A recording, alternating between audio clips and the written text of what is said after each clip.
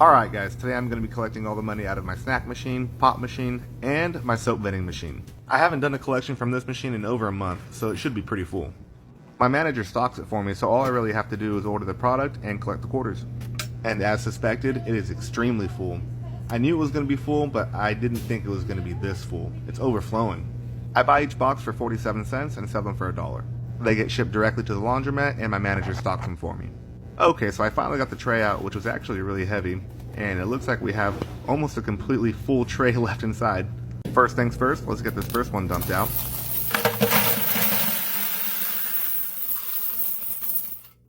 No quarter left behind.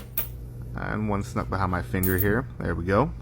Now it's time to get the rest of the quarters out. After a ton of scraping, I finally got them into the tray, and into the bucket they go.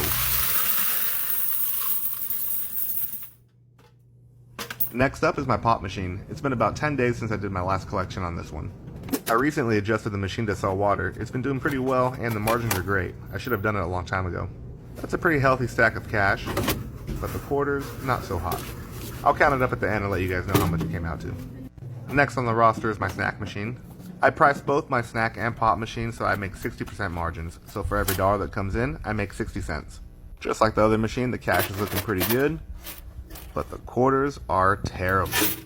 Now that I've collected everything, let's take it to the office and see how much it made. Here's all the cash from the snack machine.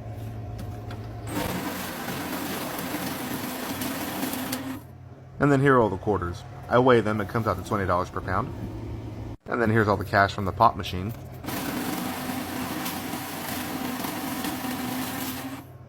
And then the quarters. I have a machine that counts them, but weighing them is just so much faster. Now let's take a look and see how much my soap vending machine made. That's actually really good for a little over a month. Alright guys, so here's how much I collected in total from all of my vending machines. Let me know if you guys have any questions. The big machines like this one usually take 3 to 4 days to get completely full. But if I don't have the time or the want to do a full change out, then I'll just spread around the quarters and it'll buy me an extra 3 days or so. Here's one of the most common issues I have with my machines. It stopped accepting quarters, and as you can see we have a bunch of quarters laying around. But if you look closely, there's a quarter jammed in there as well. So let's clear that out. First thing I always do is wiggle this little piece around, see if we can get it to clear out. And then a few popped out, which is a great sign. Every now and then I can't reach the quarters with my fingers, so I use a pair of scissors and just wiggle them out. After I get it going with the scissors, I press the return button and get as many out as I can. I do this until I feel like I've gotten everything out and that there's no more quarters in there to be cleared out. So at this point I feel like I've gotten everything out, press the button a few times and it looks clear. The final thing I have to do is test it with a quarter and see if it's working. And it is. Problem solved, and it took about 10 minutes. Here's one of the most common issues I have with my machines.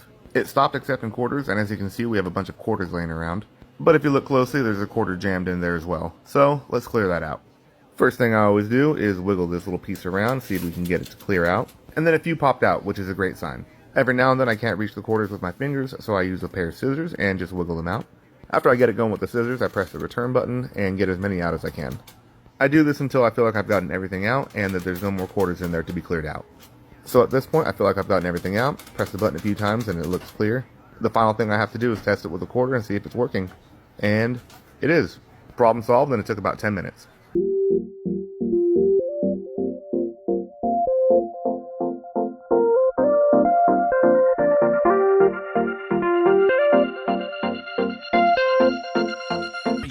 Don't worry about it. Let's just see where this goes. Oh my god, it's still the commercial. I got a call from one of my employees telling me that one of the machines wouldn't start, that every time they closed the door, it made a really loud noise like this. First things first, I have to take off the front panel. 9 times out of 10, it's going to be this micro switch right here.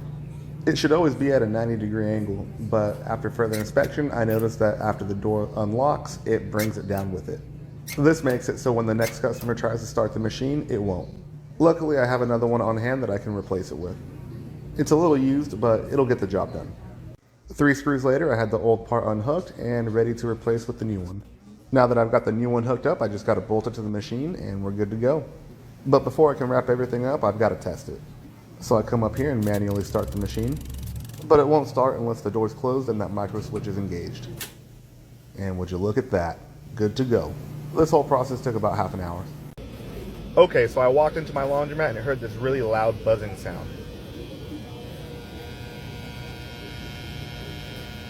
This is another one of the most common problems I've had, but luckily it's extremely easy to fix. The culprit is the door lock mechanism. I've already unhooked it, but this is it right here. It's mounted to the machine by 3 screws, so I just unscrewed it, and after further inspection, I saw that this little red piece is burnt out. Luckily, I have a few extras. They only cost a few dollars each, so I stocked up a while back. After I swapped out that red piece, I mounted the part back to the machine and hooked everything up the way it was. Now the only thing left to do is test out the machine. You can hear the water running, but no buzzing sound. Excellent. The whole process only took me about 15 to 20 minutes. To put it into perspective, if I called a company out here to do this, they would have had me order a whole new part, charge me a couple $100s, and taken a few weeks. Here's how much money I've made in the past 3 days with TikTok's new creativity program.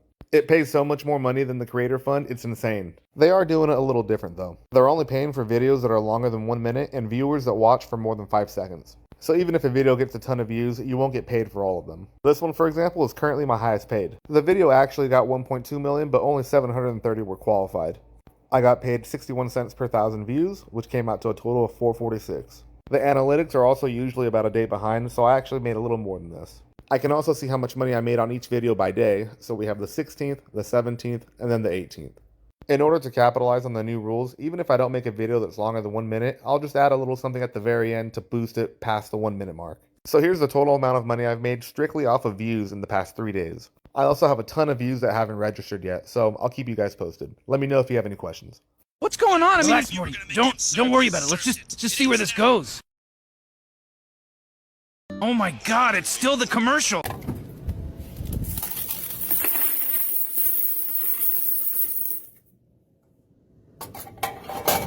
I own this laundromat. Let's see how much money it made in the past 7 days and in the entire month of December. I got brand new machines less than a year ago, and the increased revenue from that is already covering the loan payment in full, which I'm super pumped about. I also haven't increased the price on my washers at all.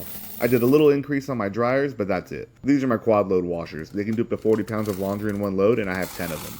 Before getting new machines, I only had 2 of these, and they were my second largest. And then here we have my 6 load machines. They can do up to 60 pounds of laundry in one load, and I have 6 of them.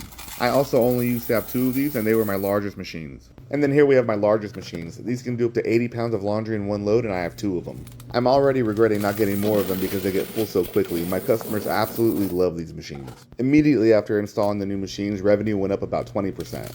Now we're currently at about 60% revenue increase since installing the machines about 8 months ago. So those were the washers, now onto the dryers.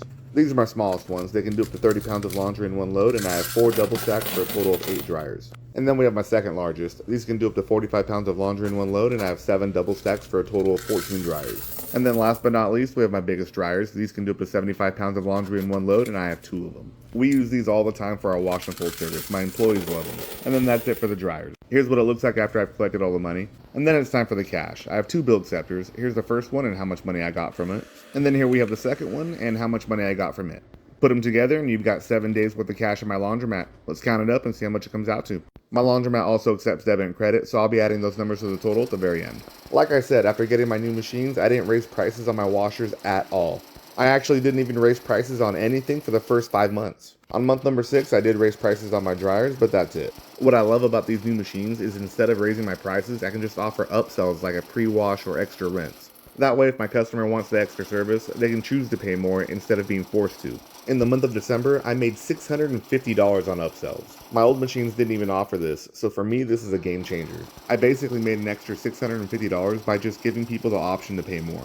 So here's how much the cash came out to. And then here's how much money my laundromat made in the past 7 days and in the entire month of December. Let me know if you guys have any questions.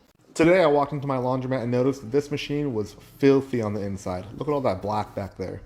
So I popped the top and noticed that it was a lot worse than I thought. This machine is way past due for cleaning, so let's get to it. I like to use a steamer because it has a bunch of different attachments and it gets the job done a lot quicker.